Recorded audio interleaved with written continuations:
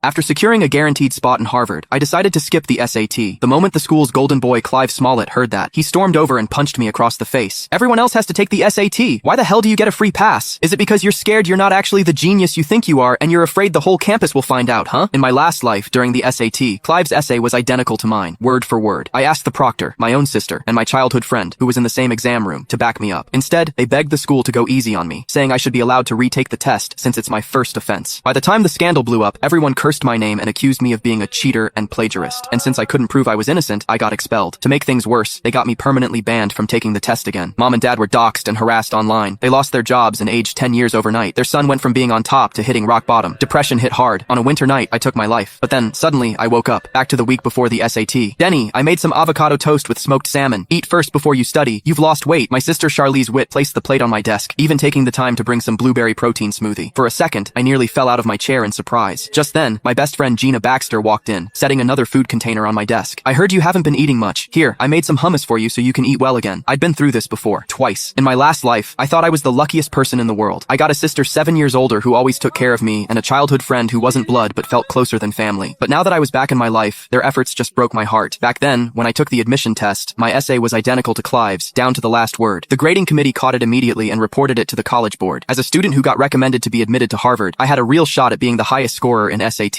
But the moment this incident broke, I was caught in a storm of public opinion. I begged Charlize, who was my proctor then, and Gina, who took the exam in the same room, to help me clear my name, but they refused. My sister even apologized on my behalf, asking Peyton College Preparatory High School to let me repeat the year instead of kicking me out since the academic dishonesty was my first offense. The incident sparked an uproar online. I was like, wow, he had the nerve to cheat, and then, turns out, his own sister was the proctor. That's basically an inside job, right? Exactly. Cheaters like this guy should be banned from taking the SAT forever. It's only fair to everyone. Absolutely. He wants to retake the exam? Dream on. With all the backlash, the school shut down Charlize's request. Not long after the exam results were released, I, the school's top student, barely scraped past 200 points. Meanwhile, Clive, the guy who always ranked at the bottom, miraculously became the state's top scorer in SAT. His essay was even published as a model answer, praised by teachers across the state. And just like that, he became the revered genius scholar. And I became a cheater and plagiarist. Due to the severity of the misconduct, I was permanently banned from taking the exam. The school also refused to issue my high school diploma. Without a degree, my only option was to be a delivery guy. But customers would dump their orders on me and leave bad reviews just for fun. Because of me, my parents lost their jobs. The stress broke them. To pay their medical bills, I took a warehouse job sorting packages. Unfortunately, within days, my boss recognized me. He refused to pay me and even threw me out onto the street. With no money and hope left, I lost all reason to keep going. On a snowy night, in complete despair, I plunged into a lake on the verge of freezing over. But when I opened my eyes again, I found myself back in the week leading up to my college entrance exams. Staring at my sister, who was meticulously helping me prepare, and my childhood friend, who was eagerly trying to nourish me back to health, I felt a mix of emotions.